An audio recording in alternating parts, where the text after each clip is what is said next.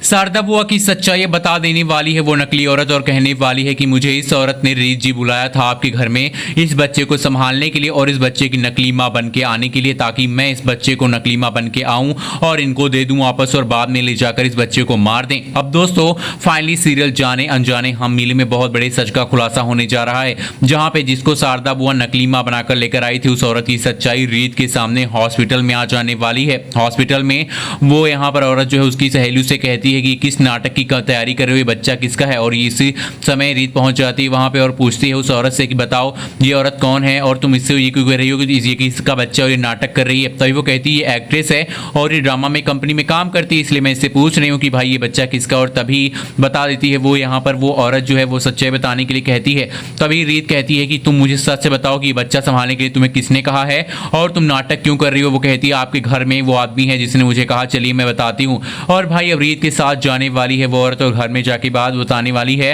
कि ये है शालिनी मैडम जिन्होंने मुझे बहुत सारे पैसे दिए इस बच्चे की नकली माँ बनने के लिए। इस बच्चे की नकली माँ बन के मुझे कुछ दिन इस घर में रहना था और उसके बाद इस बच्चे को लेकर जाना था, लेकिन मैंने इनसे कह दिया कि मैं इस घर को छोड़कर नहीं जाऊंगी क्योंकि मुझे और पैसे चाहिए और इसीलिए मैं इस बच्चे की नकली माँ बन के एक्टिंग कर रही थी। दोस्तों अब यहाँ पर रीत के सामने सच्चाई आएगी तो रीत फूट फूट कर रोने वाली और सोचने वाली है कि बताओ एक बच्चे के लिए इन लोगों ने क्या क्या किया, और शालिनी बुआ जो मेरे ही घर में थी और चाल चलती रही, इसका मतलब शालिनी बुआ ही शारदा बुआ है। और दोस्तों इस सच्चाई जानने के बाद रीत जो है अब थप्पड़ मारने वाली है शारदा बुआ को और कहने वाली सच से बताइए कि ये मेरा बच्चा है या फिर नहीं। अब पुलिस के डर से यहाँ पर शारदा बुआ कहने वाली है हाँ ये तेरा ही बच्चा है रीत, तूने मेरे साथ इतना बड़ा बड़ा कांड किया इसलिए मैंने तेरे बच्चे को तुझसे अलग कर दिया, लेकिन इस दो कौड़ी की लड़की की वजह से आज सच्चाई तेरे सामने आ गई, वरना मैं नीता की तरह जैसे राघव को छीना था वैसे मैं तुझसे तेरे इस बच्चे को छीन कर ले जाती और कल को इसी बच्चे को आग बनाकर तेरे ऊपर बरसाती। वेल वीडियो को लाइक करके दोस्तों आप बताइए कि रीत के सामने सच्चाई आई, अच्छा हुआ या फिर नहीं अच्छा हुआ, आप कमेंट करके जरूर बताएं। तक के लिए थैंक यू।